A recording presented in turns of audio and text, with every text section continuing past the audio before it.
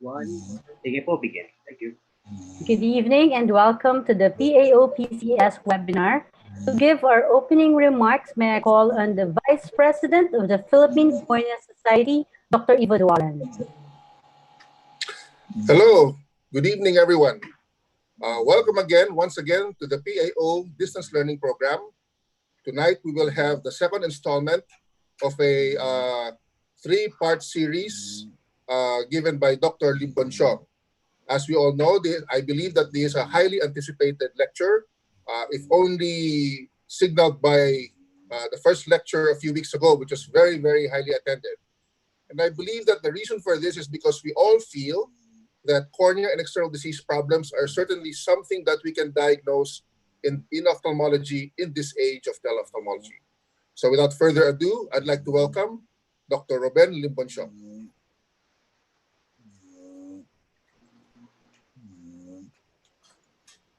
Hello. Good evening, everybody. Thank you, Ivo, for the for that introduction, to get the ball rolling for tonight's distance learning program. Okay. Can everybody hear me? Is the sound okay? Just to check. Yes, perfect. All right. Okay. Can everybody see my slide? Can you see my slide? Yes. All right. Okay. All right. So as Eva said, this is the part 2 of a 3-part lecture. So basically, we just repeat some of the slides because some may have missed this last time. So the objectives of this lecture is to provide you pointers on how to diagnose and manage common diseases of the eyelid, conjunctiva, cornea, and ocular surface remotely by means of teleophthalmology, and to inform you on what external eye disease conditions that might require a face-to-face consultation. So there are limitations to teleophthalmology. The most obvious is the absence of a slit lamp, that you do not get a magnified view and a very, very clear image of the details of the anterior segment of the eye. There is some that you can't do have an upper palpebral conjunctival examination unless the patients can do it themselves. You can check the eye pressure or check intraocular lesions and do other ancillary tests like corneal sensations, staining, and even tear breakup time. So, but these should not hinder us for being able to get to the as closest or as accurate as a diagnosis as we can, based on the information the patient gives us and based on the views that we can have through pictures or through videos. So part 1 was a month ago. Now we talk about blepharitis, MGD, or Jolum, dry eye disease, and herpes zoster ophthalmicus.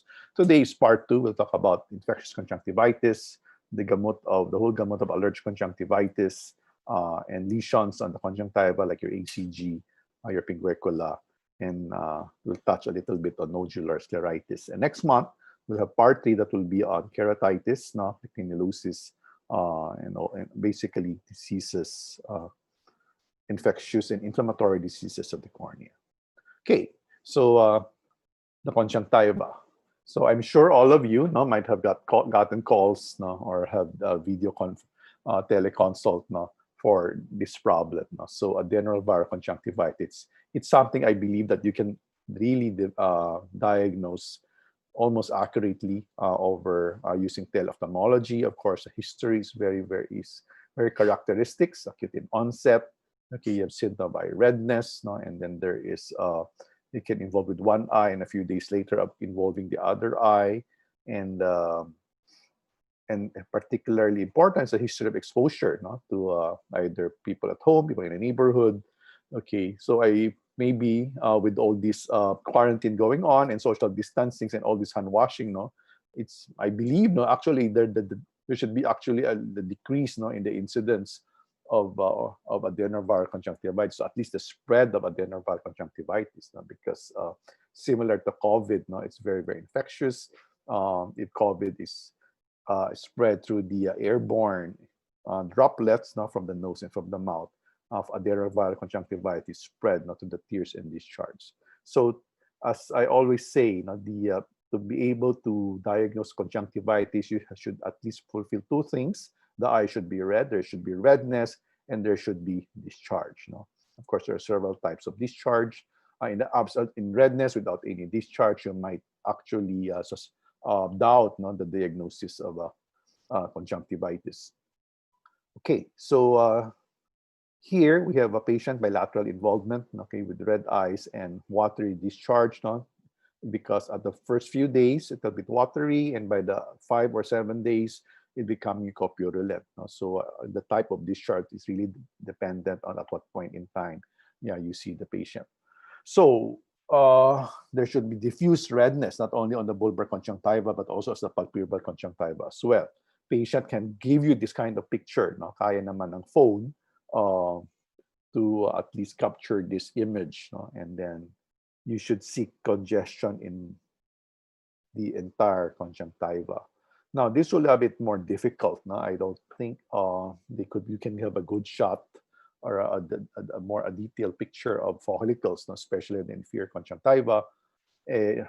Harder will be to flip the upper lid to see the papillae. So basically, your main basis will be history, and then the presence of redness and the type of discharge. Here you can, subconjunctival hemorrhage, it will be quite helpful if you see patches of redness, and patients can actually describe this. So, and I'm sure we also have got a lot of teleconsult for subconjunctival hemorrhage. So this is something that they can take a picture of and something you can see. And if on top of eye redness and discharge, acute onset, and all the symptoms, you see patches of hemorrhages, again, they can point out to an adenoviral conjunctivitis. What's difficult will be the conjunctival membranes. So this will actually, when you see this, you should actually ask the patient to come in. This will need a face-to-face consult, because you cannot just let it be. You really have to physically strip the membranes. And you can get this sign by asking the patient if there's bleeding. If the patient says when they rub their eyes and then there's blood, probably you have disrupted conjunctival membranes causing the bleeding. And this is a sign that's a more severe case that needs actual consult. So in the basic treatment, we know that avoidance is still the best treatment. Okay, I mentioned earlier, we're all practicing social distancing.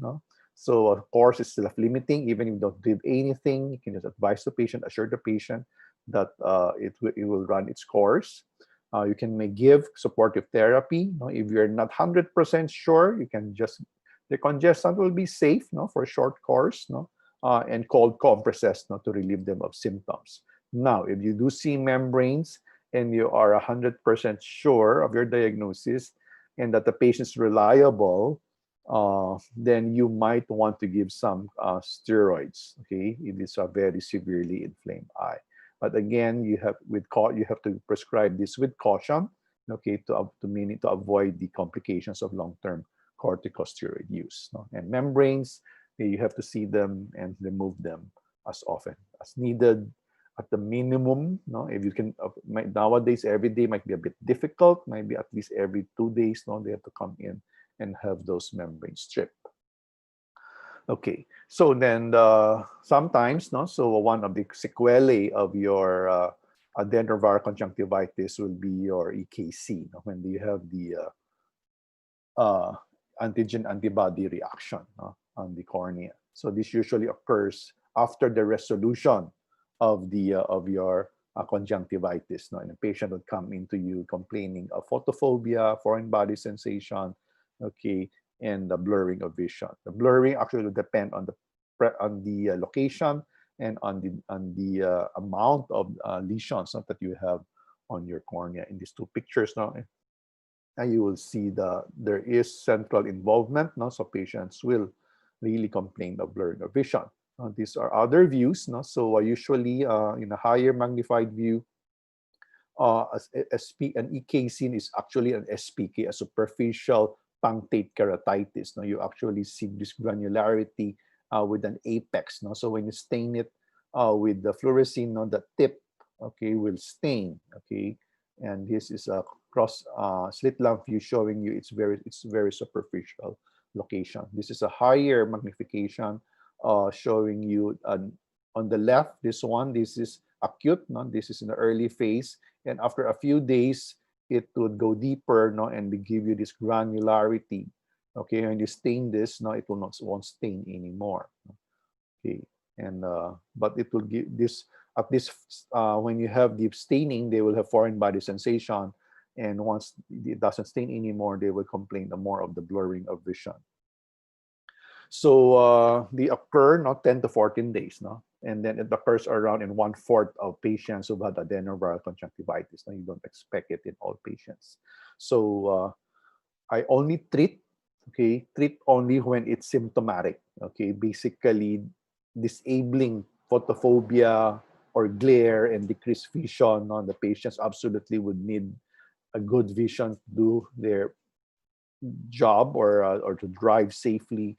Then you are forced to give, no? Because actually the best is actually to let it run its course, no? Because once you give steroids, no, then you're tied down to it for a while, no? Because you have to taper, and then once you stop, it will come back, it will recur, and then you have to repeat the cycle all over again.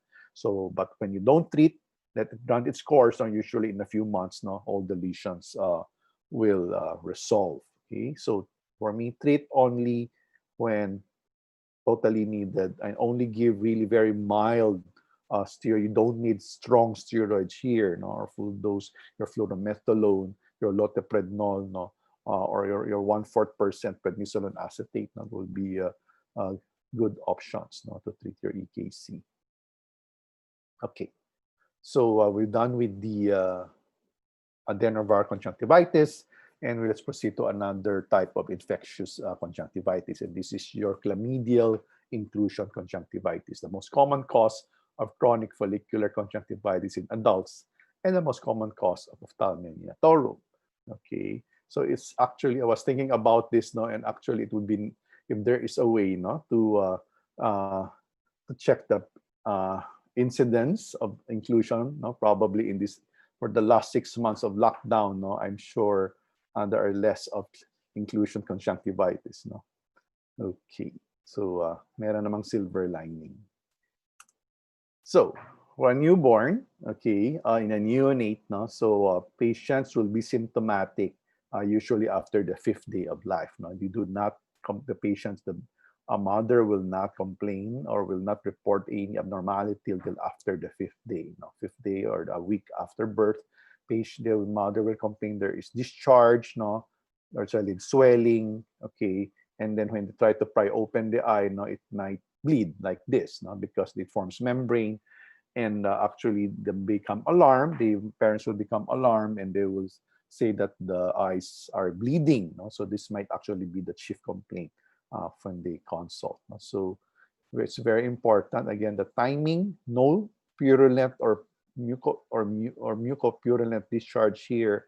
Okay, nothing yellow. Okay, mostly the eyes red, and there is some bleeding. So if you see this after 5th day, after a week from birth, then it should be a vaginal delivery, then probably this chlamydial ophthalmia neotorum. In adult, it can be in neonate, usually it's bilateral. Okay, in adult, it can be unilateral. It can also be bilateral, but usually it's unilateral. And it's a chronic conjunctivitis. No, it's unlike your adenoviral, no, which usually resolve by 2 weeks' time. In chlamydial inclusion conjunctivitis in adults, no, actually it will peak after 2 weeks. No, so parang ang tagal, sabihin ng pasyente, Doc, kasi parang ang sore eyes yung ang tagal-tagal, hindi pa rin nawawala, no? So 2 weeks, 3 weeks, then you might see them, they will send a picture, eye redness, there is pseudotosis, no? So then of course the history is very important, no? In a sexually active adult, that should be asked, no? So if you have that and you see this, then you're almost sure of your diagnosis. Okay, so very particular, no? So it's the follicles. It's a chronic follicular conjunctivitis. So you may not again see this unless you do a slit lamp, or if they have a macro camera attachment for their camera, maybe you will be able to see the very obvious follicles. Now, when you flip the upper lid also, aside from the papillae, you see these round white lesions. these are also follicles. No? So the follicles are very prominent in chlamydial conjunctivitis. Okay, if we don't see the follicles, no, they also have this very dense papillae. No? So it's almost what we call velvety. No? It becomes like a carpet. Okay, all the papillae. Some patients can have limbal swelling like this. No, you have examined the limbus; it's a bit elevated. No, so when you put the fluorescein dye, will actually give you a negative stain. No, because this area is elevated. No? And then you also have signs of micropanus. No, of small vessels growing into the cornea. So very rarely, you see peripheral infiltrates. No, okay, it's not very common. You don't need to see that to make a diagnosis.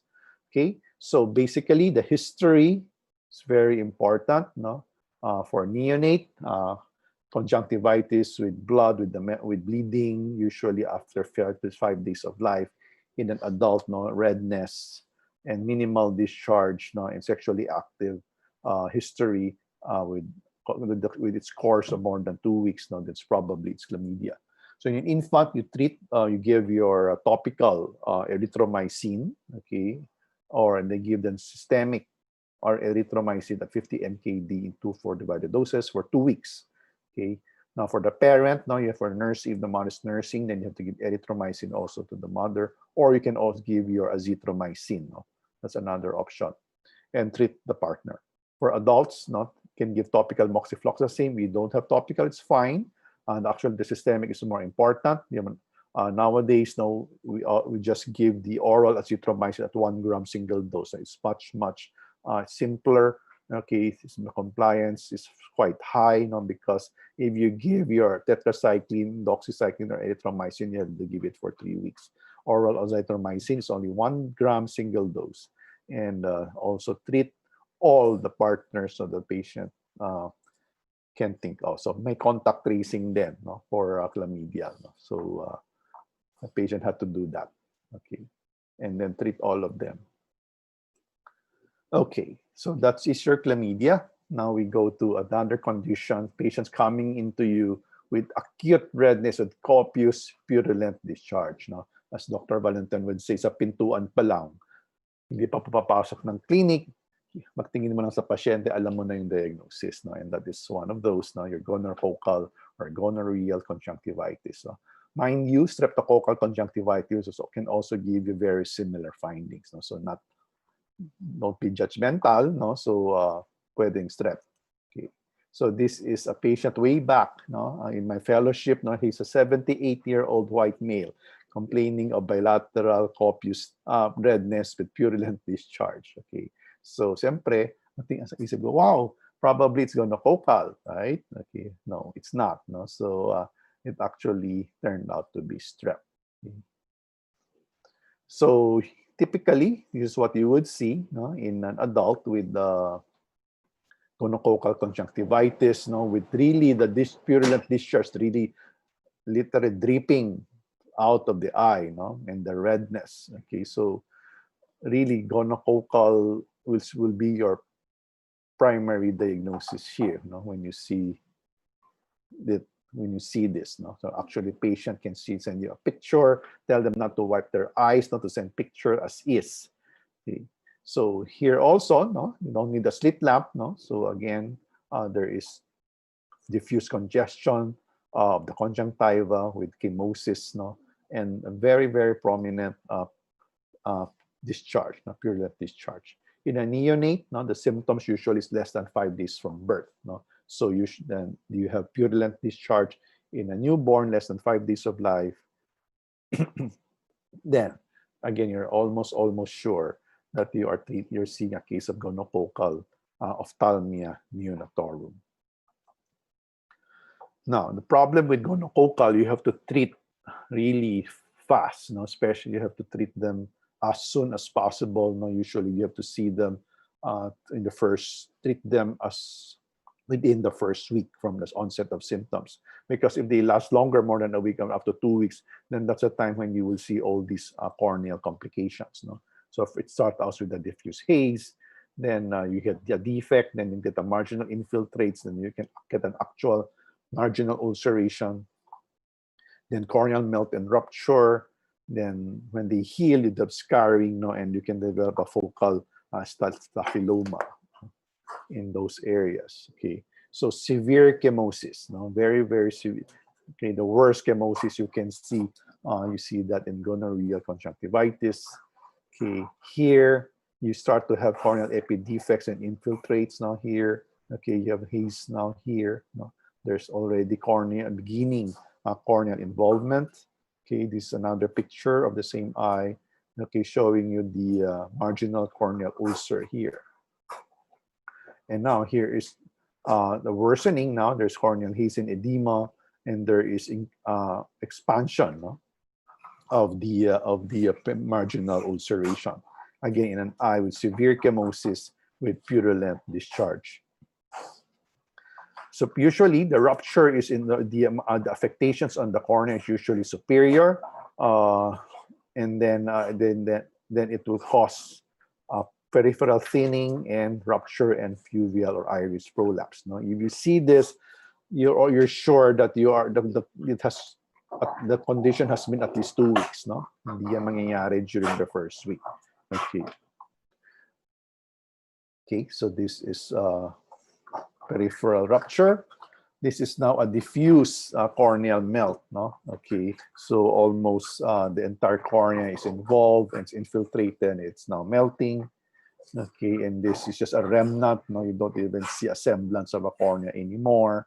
And here, ito na lang. No, so wala na. No, ubus na yung cornea. No, this is partially treated already. No, so that's why you don't see a lot of the purulent discharge anymore. So how do you treat? Okay, so I think diagnosis won't be too hard. Okay, based on history and a picture and the characteristic findings. Now you can do this through a teleophthalmology. Of course, you cannot do a gram stain and look and confirm it with your do a conjunctival swab and do a gram stain, no, to see the gram-negative diplococci. Okay, but I think the history and the clinical signs are adequate, no, to make a presumptive diagnosis. So you have to irrigate conjunctiva to remove discharge. Patient can do this. Can ask them to buy distilled water. No, they can wash their eyes. No, distilled water. Now they really have to come in. No, they have to come in. Now they cannot do this themselves. No, they have to come in. For neonate, no, by weight. No, usually we also give ceftriaxone. Adult, no, it's 1 gram. No, for adults we give 1 gram injections. No, IM. For neonate, no, less. Or you can give IV. No, that's also another option in patients with severe affectations, no, with rupture or bilateral involvement with corneal melt. Maybe you want to admit them and give IV ceftriaxone. Your other options, so in case you're allergic to ceftriaxone, then you can give your ofloxacin or ciprofloxacin orally, 500 milligrams for 5 days.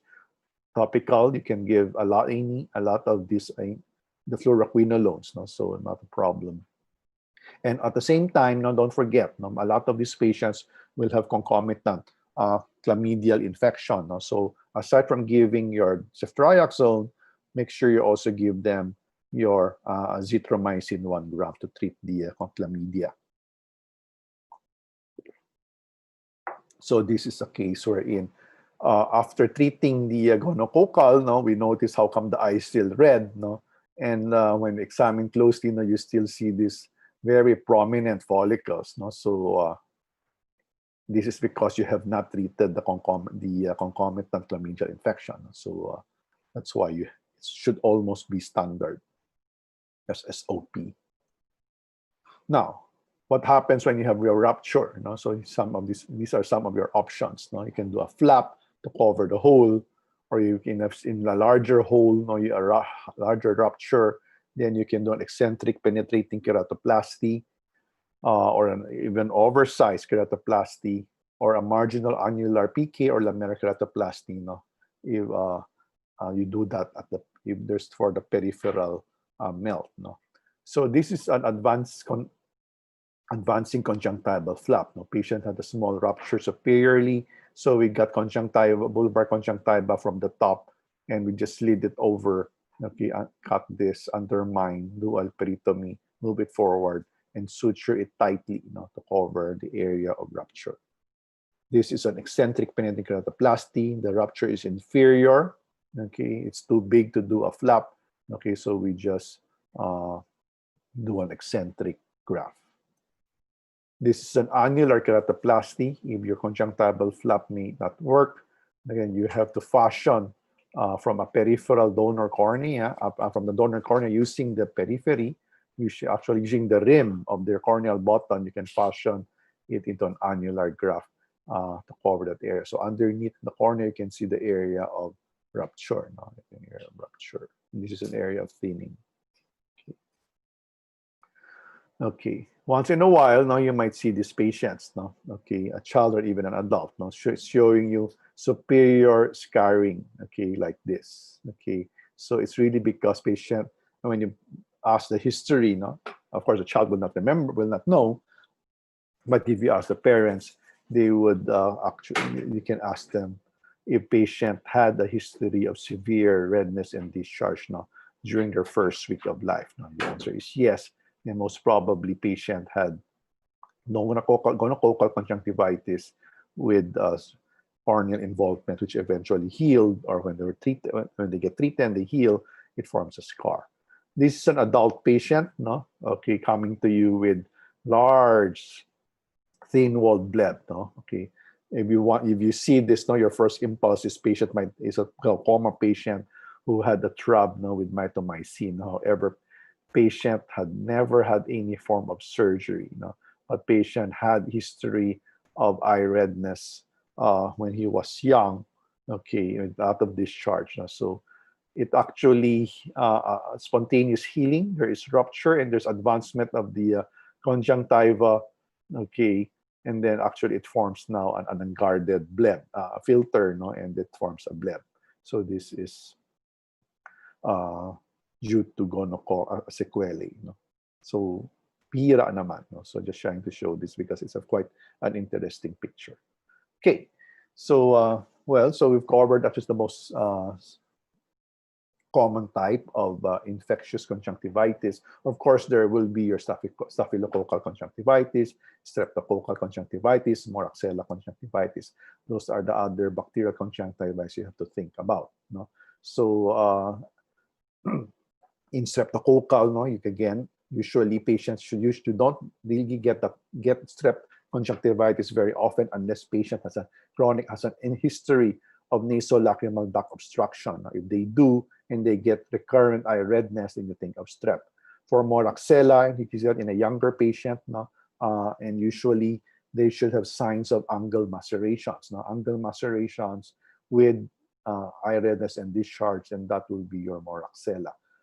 For Haemophilus conjunctivitis, usually that is in a child, less than 10 years old, complaining of bilateral redness with mucopurulent discharge on top of the signs of an orty.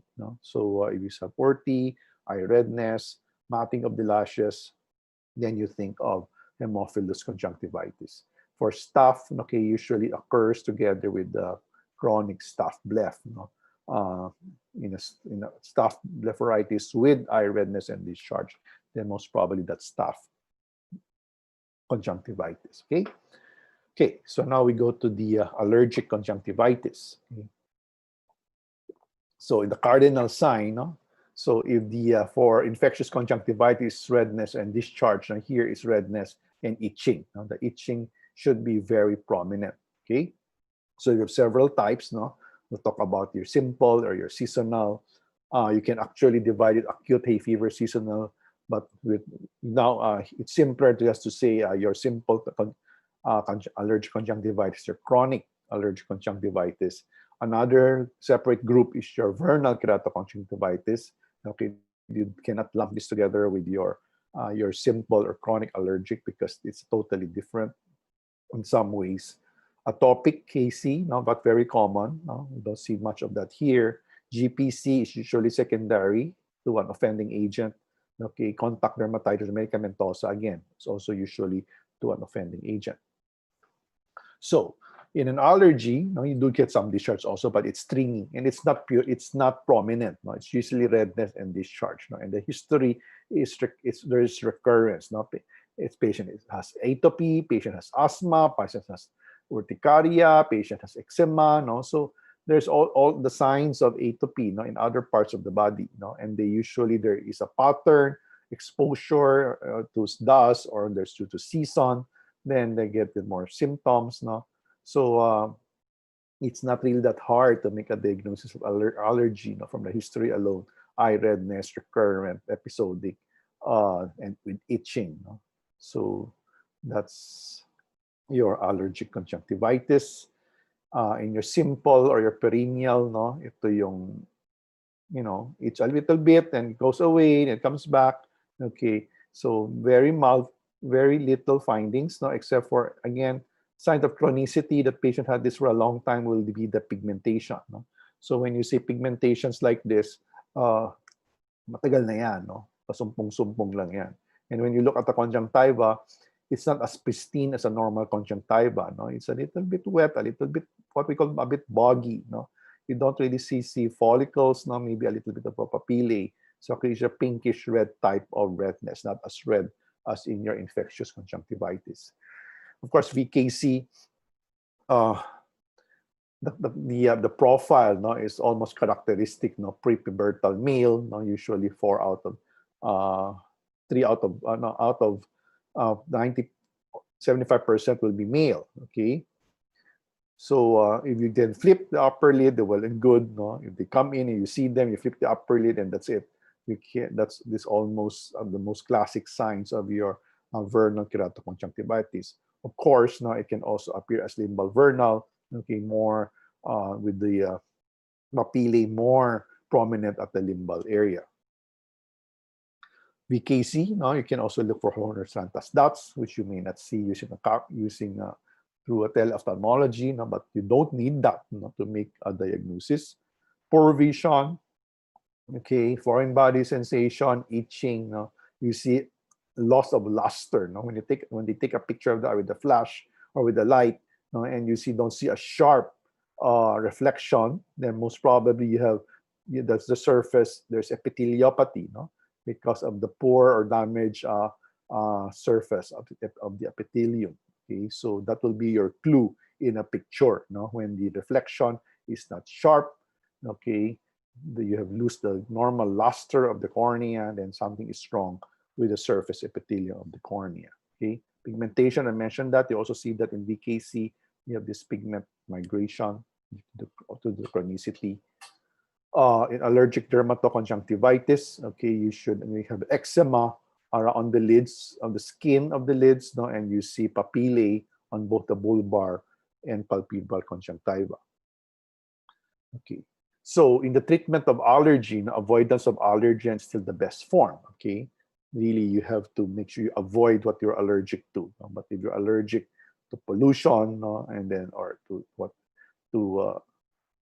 pollen or to dust and those things, sometimes it's very difficult to avoid. Okay, so in severe cases, like in vernal keratoconjunctivitis and atopic keratoconjunctivitis, you might want to partner with allergologists, because this, in a way, because it's harder to treat these cases, and they can be very severe, and you need more potent medications now to be able to control this disease. So what are the principles for therapy for allergic conjunctivitis? So it should be based on a case-to-case basis.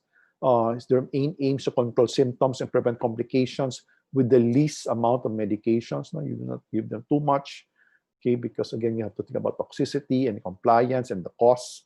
You can start with medications that are less toxic or potent if the allergy is quite mild. You don't have to give strong steroids immediately. Okay, explain to the patient that the chronicity of the problem, that this is something that can recur because it's really how they are built. It's really in their genes. And this can be passed on, or they can acquire this. This is acquired from by heredity. And always try to identify the allergen so they can avoid it. So treatment, okay. Nowadays, the the standard of care. No? So this is just basic historical, no? Basic antihistamines. I don't give those. Wala ni antihistamine, levocabastine, pure mast cells. Well, it might not be useful because it takes a month for it to start working.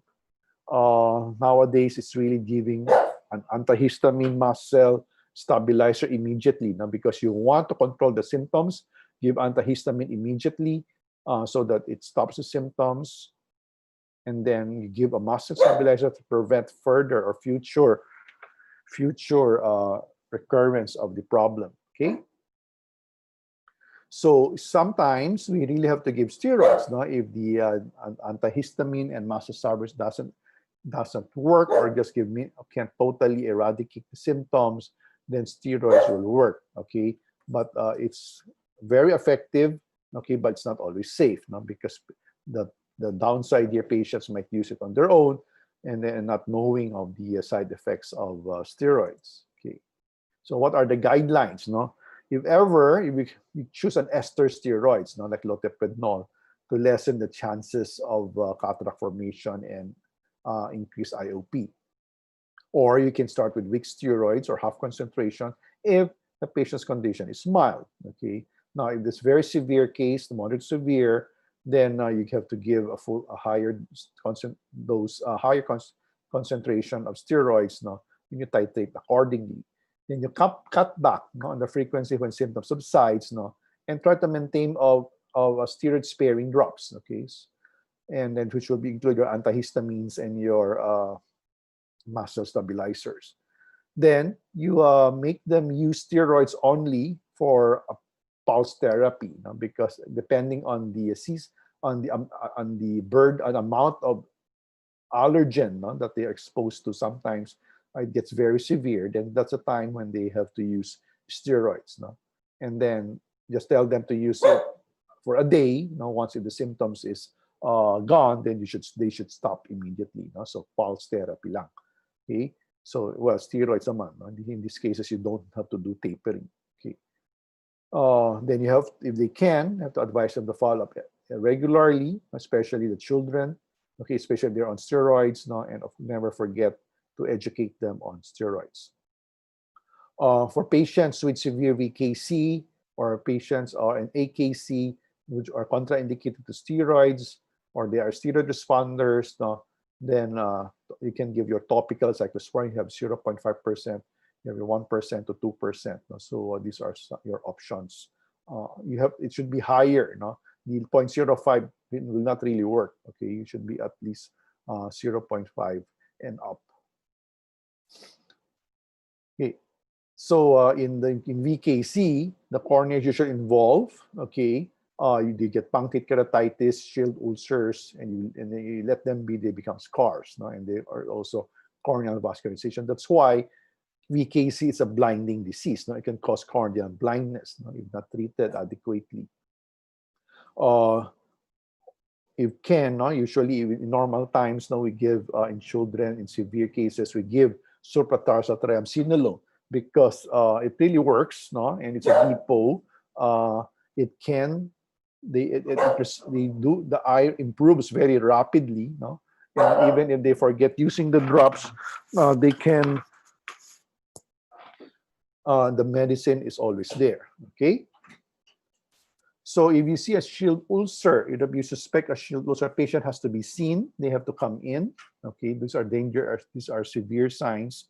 So they have to be seen because you might have to put a bandage contact lens. You might have to, again, debride the area for it to heal nicely. And then systemic, don't forget, giving systemic antihistamine is always an option. So these are some pictures. This is a case of limbal vernal. No? So this is before treatment on the left. Okay, and this is after treatment on the right. No, okay. So yeah, there is you just have a residual scar of the limbal area. But again, what I want to show you is the luster, the reflection. Okay, here there's a problem. Look at the reflection here. It's sharper. No, it means that the corneal has healed. The corneal surface has healed. This is the other of the patient, just showing you the same thing. So GPC, okay, it might be a bit difficult Sure, for teleophthalmology, unless they're able to flip the upper lid, because usually the lesions are in the upper palpebral conjunctiva, because the causes are usually on the ocular surface, just like your soft contact lenses, exposed suture, okay, prostheses, ocular prostheses, etc. No, okay. So it's very important. No, so if you suspect it's a GPC, they have to come in, no, because if you really have to check them, you have to make them stop using the contact lens. They might have to change their prosthesis, or you have to remove a suture. Okay, so we usually start them on antihistamine muscle stabilizers or even mild steroids, no, until those lesions subside. Now, even if you don't give anything, no, as long as you remove the offending agent, no, usually in time, no, all the problem will heal, will resolve. Okay. For soft contact lens wearer, it's usually a problem because sometimes even if they do contact lens holiday for a month or so after treating, everything's nice and clear, and then when you resume contact lens, no, it will recur. Okay, so it's a bit difficult. You can shift them to RGP if possible. Okay, if not, they just do daily replacement. Okay, or they have to really shorten their wearing time, or just wear it only when it's really needed. Okay, so it sometimes can be it can recur very quickly in some patients. Okay, the soft, especially the contact lens wearer. Okay, this is your contact dermatoconjunctivitis. Okay, this is usually we get this on patients on chronic drops. No, usually our glaucoma patients who are on chronic medications or multiple medications. No, and patient will complain of lid swelling. It's a weepy lesion, no, and very itchy. Tapos masakit, no. Okay, because this very raw. Okay. There is loss of epithelium, no, and it's quite painful and itching at the same time. No? So this can be, again, based on the history of drops. No, you can ask for what the patient's using, and then with this picture, now which you can actually see grossly, then you can make a diagnosis of medicamentosa. So it's just usually due to the preservatives of the drops, or it can also be due to the active ingredients. So the most important is first to stop all medications, no, let it heal, no, put them on cold compress. Okay, you might use preservative-free saline solution for washing. I always give them systemic oral, no, antihistamine and steroids, so that the symptoms that the problem will resolve much faster. Okay, so once everything is okay, then you slowly resume back. No, let's say it's a glaucoma patient. Make sure you try to shift everything to preservative-free and add the medications one by one. No, because if you start at 2 or 3, you will not even know which one is causing the problem. Okay. Yeah. Okay. So there. So we're done with the allergy, and now we're in our the last part of the lecture for today. Okay. So it's now we're talking about ACG versus pinguecula versus nodular scleritis. So, well, usually the problem is they all look alike. Okay. So, ano ba talaga? No? Okay. So, first, no, risk factor. Okay. So this will help you in the history. In an ACG, usually young female. Okay. Pinguecula, usually you don't see them in children. No. Again, you really need chronic UV exposure to develop a pinguecula. And nodular scleritis, no, they have autoimmune diseases or tuberculosis. Here, tuberculosis is very important to ask. No, you always have to ask if you have TB. Okay, in chief complaint of an ACG, you have a mass and a redness. In pinguecula, there might be occasional on and off redness and irritation.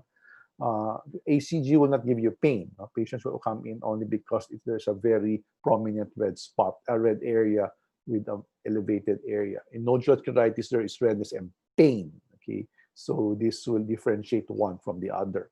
So ACG pinguecula will be located at the exposed bulbar conjunctiva, while nodular scleritis can be anywhere on the bulbar, on the eyeball itself, the anterior eyeball. At least we're talking about anterior nodular scleritis. So this is an ACG is a conjunctival granuloma, pinguecula due to an elastoid degeneration, and nodular scleritis is due to scleral edema. Okay, since they are ACG and pinguecula are located on the conjunctiva, they are both mobile, okay, while the nodular scleritis is not mobile. Okay, so putting the three pictures side by side, no, because here basically on the same area. Okay, so this is an elevated lesion. This is an ACG. This is an elastoid degeneration, okay, surrounded by a focal inflammation and congestion.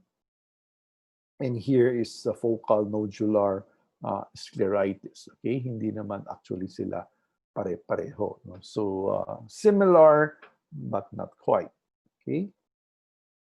So for actinic conjunctival granuloma, no, there is a granuloma inflammation centered around areas of elastoid degeneration in the conjunctival substantia propria. That is the histopathological findings. No, 90% female, no, very common, young female with a mean age of 25. No, this is based on the publications of Dr. Valenton. Okay, it appears as clusters of 3 to 4 nodules. Okay, pinkish yellow, around, can be as wide as 4 millimeter. The whole lesion can be 4 millimeter in diameter, no, surrounded by vascular congestion. Very important, no, very prominent ang vascular congestion. Can also be associated with pinguecula. No? Okay, so usually again raised nodular, no, hindi siya smooth, no, usually parang grape, bunch of grapes. Okay, so or sago like, no, a clump of it, okay, right there. Okay, pwede maliit lang, pwede malaki. Okay, pwedeng ganyan, malaki-laki. Again, the commonality will be the severe, no, it's always vascular congestion or is present, no, around it. Okay, again, this is multiple nodules, okay, raised, and always at the bulbar, exposed bulbar conjunctiva, the interpalpebral area. Okay, the palpebral fissure area. Now, pinguecula, no, is a degenerative lesion and elastosis of the bulbar conjunctiva secondary to UV light. Okay, can UVC cause pinguecula? I don't know. Well, the cornea will suffer first. Again, in the interpalpebral zone, usually nasal, no, you see a yellow-white amorphous subepithelial deposit. It enlarges over time. No? And then because it's elevated, and because of the constant friction of the lids, no, the lid wiper on the lesion, it can give you on and off irritation that it'll become inflamed. No? It's because of the constant rubbing. Okay, so here you go. No? So this is inflamed, no? So it's a bit elevated, and then you have surrounding redness. Here, hindi na, not much redness. No? This is not an inflamed. This is not an inflamed. So it's not a pingueculitis. No? So when it's inflamed, it's a pingueculitis. When it's not inflamed, no, it's just a pinguecula. Okay, so this is just showing you the pinguecula delum pterygium model, no? Showing you the a raised lesion. This is your pinguecula that has advanced to the limbal area, causing you a delum. No? So this is elevated. So there is a divot here, or a valley, no, causing poor wetting. The poor wetting causes a delum.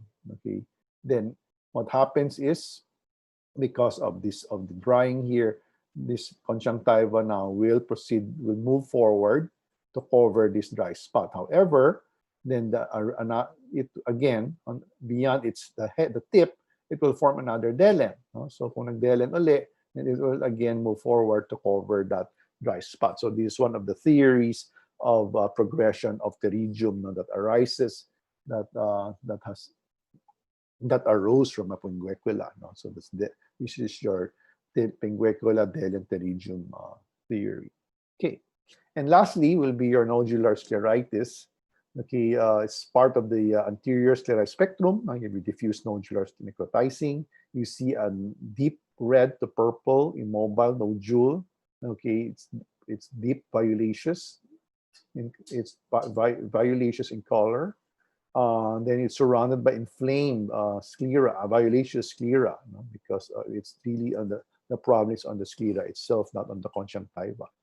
So it may be associated with the scleral abscess, no? And there is pain and tenderness at that area. Okay, so this is some pictures of nodular scleritis. Okay, you see this elevated lesion, no? It's violaceous hue of the sclera. And here you have actual abscess formation. No? So there is an usually there is necrosis na of the tissue itself, no? Causing this yellowish lesion. So let's go to management. No? So for it's an ACG, no, steroid is the mainstay of therapy. No? Walang ibang, only steroid will work. No? You have to give it 4 to 6 times a day for 2 to 4 weeks. No? When you give topical, it will not go away in 1 week. No? Usually 2 to 4 weeks. Okay, so that's why you have to monitor their pressure. They might have pressure spike after 2 weeks. If you want it to go away faster, no, you give sublesional or paralesional triamcinolone. Usually, you give it today. After 2 days, wala na. No, so it's now nice and flat. Okay, so in less than a week.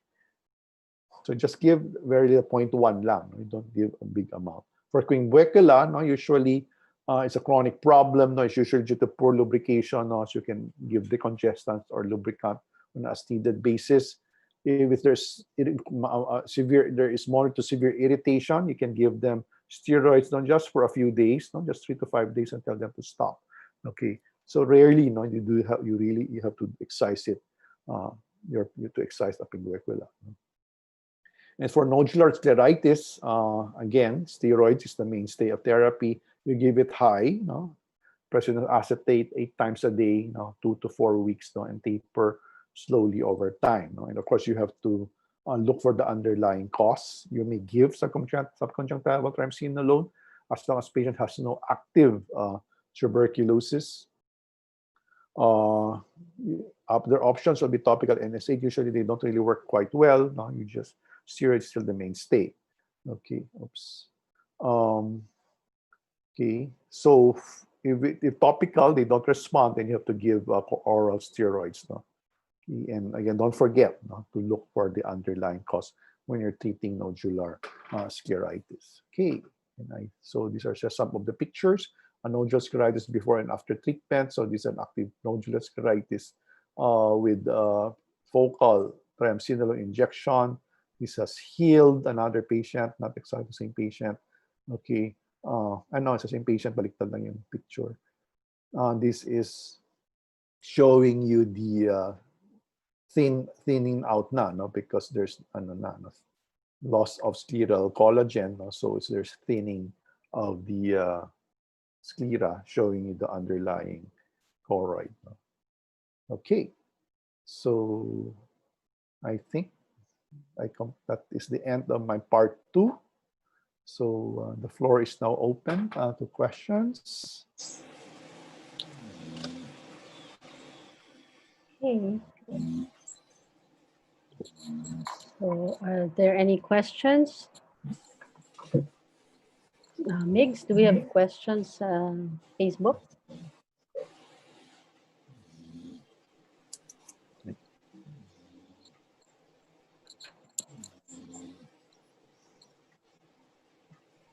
We'd like to acknowledge the presence of the president of the Philippine Cornea Society. Dr. Ray Santos is here.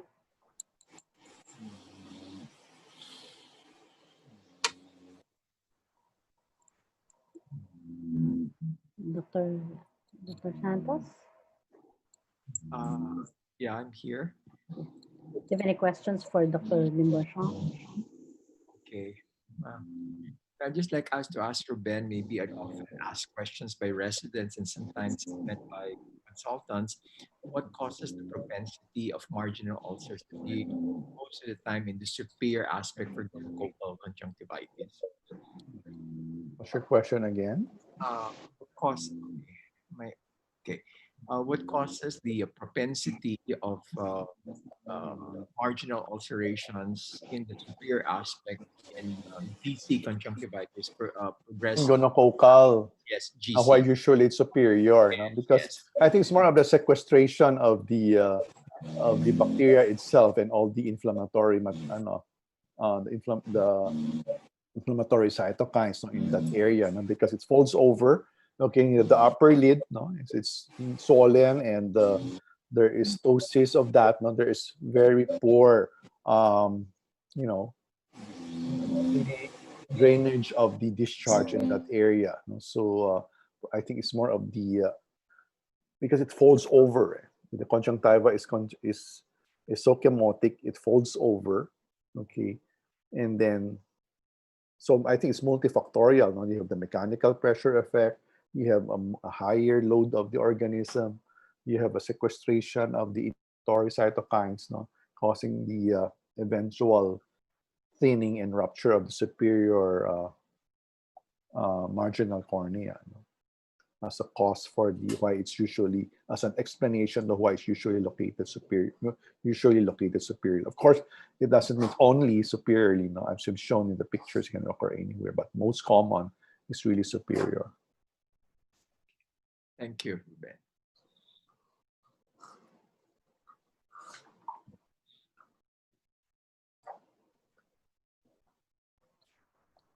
We have a question from YouTube. How do you choose the topical steroids to give between dexamethasone, prednisolone, fluorometholone, and loteprednol? And do you only give pure steroids or a combination drop? For what condition? Can we be more specific? Well, again, as I mentioned earlier, no, that option, the choice of a steroid is really on the disease itself. No, so you don't give a weak steroids for nodular scleritis. Okay, you don't give a weak steroids for a fulminant vernal keratoconjunctivitis. No, so really you're on the strength, on the potency of the medication, the frequency, the length of time, and the duration. It really depends on the disease process itself. No, so you have to understand the pathophysiology of the disease itself. No? So once you understand the pathophysiology of disease, then you will be able to choose your steroids correctly, no? As far as the potency. Of course, there are other factors, no? Availability, if they are steroid responders, no? Or the compliance, no? Education attainment.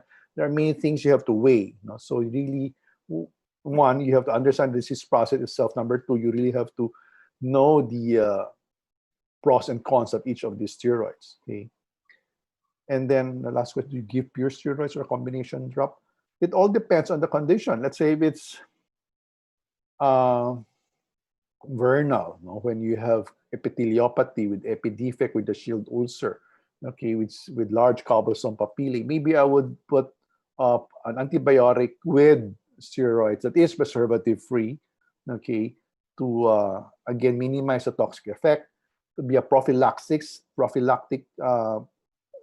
antibiotic to prevent corneal ulcer infection of the cornea itself because of the absence of an epithelium. Then you have to give that kind of combination, okay. But if it's a nodular scleritis or an ACG, where you're sure that there is no signs of any bacterial infection or not in danger of having any bacterial infection, then you can just give a pure steroids. No? So again, the answer really depends on the disease process. There's no, you just have to understand the principle. No, there is no cut and dry answer to that.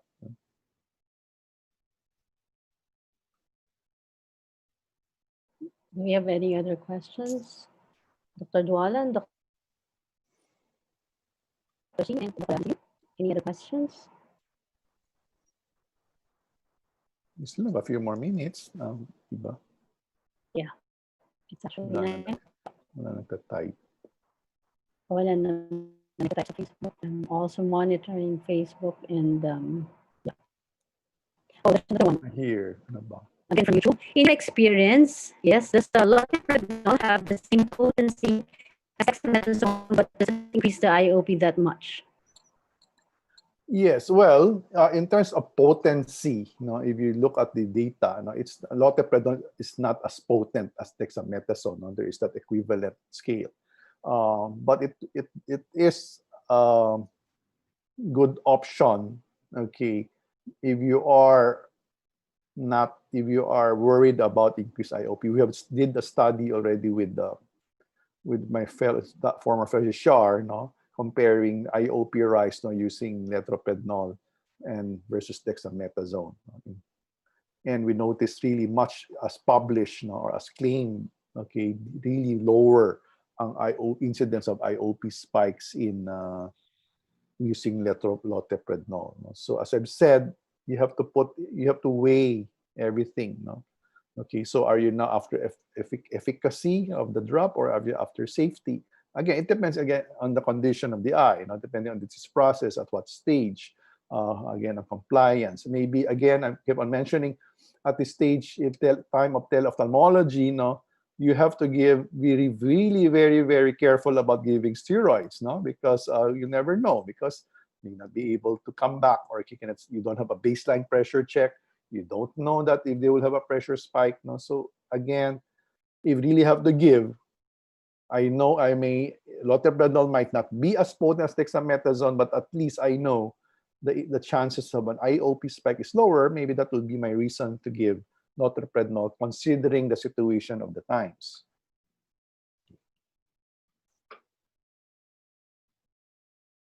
There's another question from Tonton Pascual.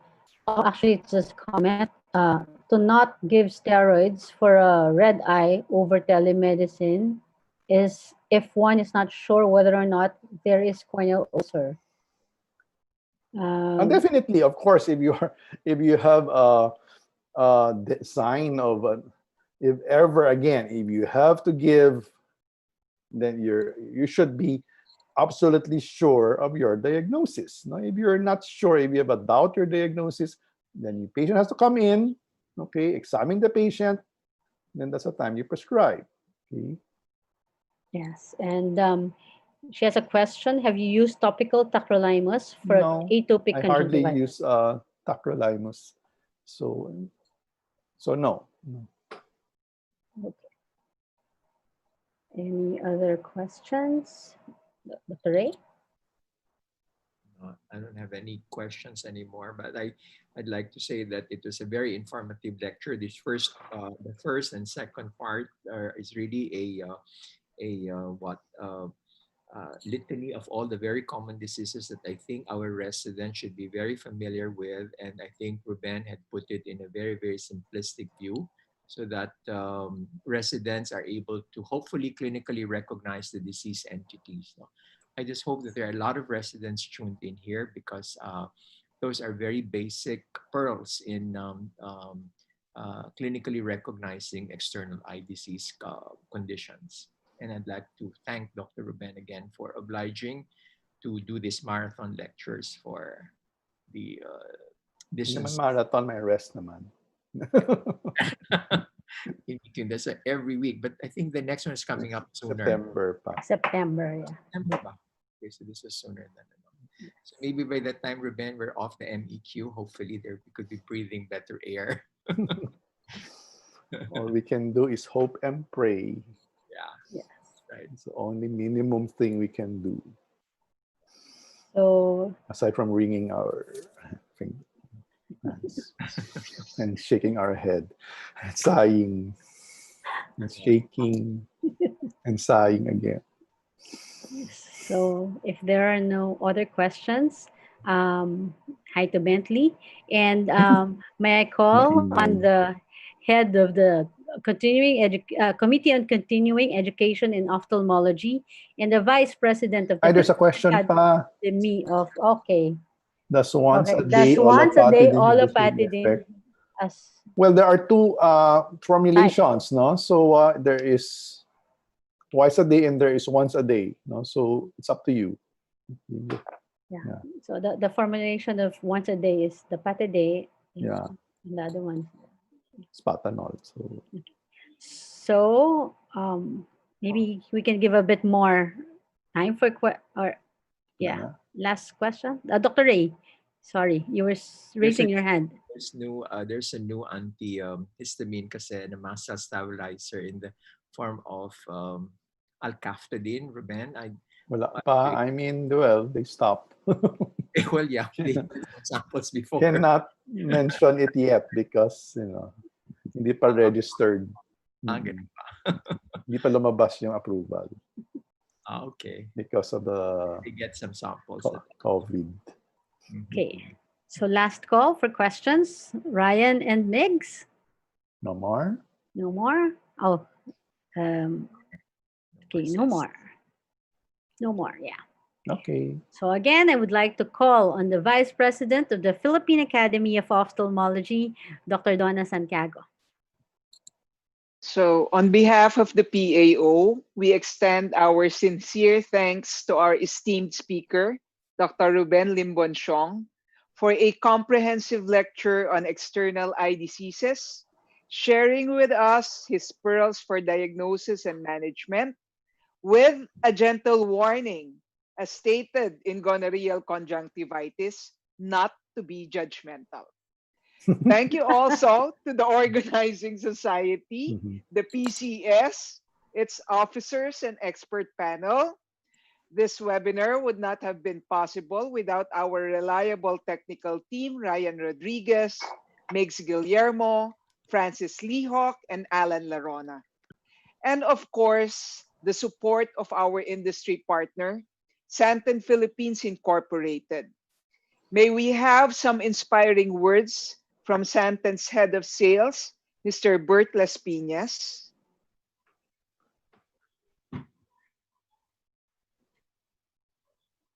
You are on mute. Okay. Good evening, Dr. Donna, Dr. Ray, Dr. Ivo, Dr. Jen, and Dr. Ruben. And also to the rest of our viewers for tonight. In behalf of Santen Philippines, I would like to express our gratitude as well to the Philippine Academy of Ophthalmology and to the Philippine Cornea Society for allowing us to be part of tonight's lecture. And as we all face this new, very unique situation, and that is the new normal, rest assured that the team is committed and will collaborate in providing continuous medical education with the society, even at the digital environment. So with that, stay safe, everyone, and have a blessed evening. Thank you. Thank you. Thank you. Dr. Ray? Well, I'd like to thank again for Santen for making this possible, this series of lectures, and to thank all the members of the Philippine Cornea Society and likewise the Philippine Academy of Ophthalmology, all the training institutions who have continually patronized the distance learning program of the Academy. I think in this time of the pandemic, wherein you are just, actually just held hostage by the virus in your own comfort zone, it's very, very refreshing and very, very inspiring that opportunities like this are open for our residents and consultants as well. Thank you again to Santen. Thank you to everyone. And most of all, thank you to Dr. Ruben. Good night. Bye-bye. Good night, everyone. Bye. Till September. Good night. Thank you. Good night. Thank you. See you in September.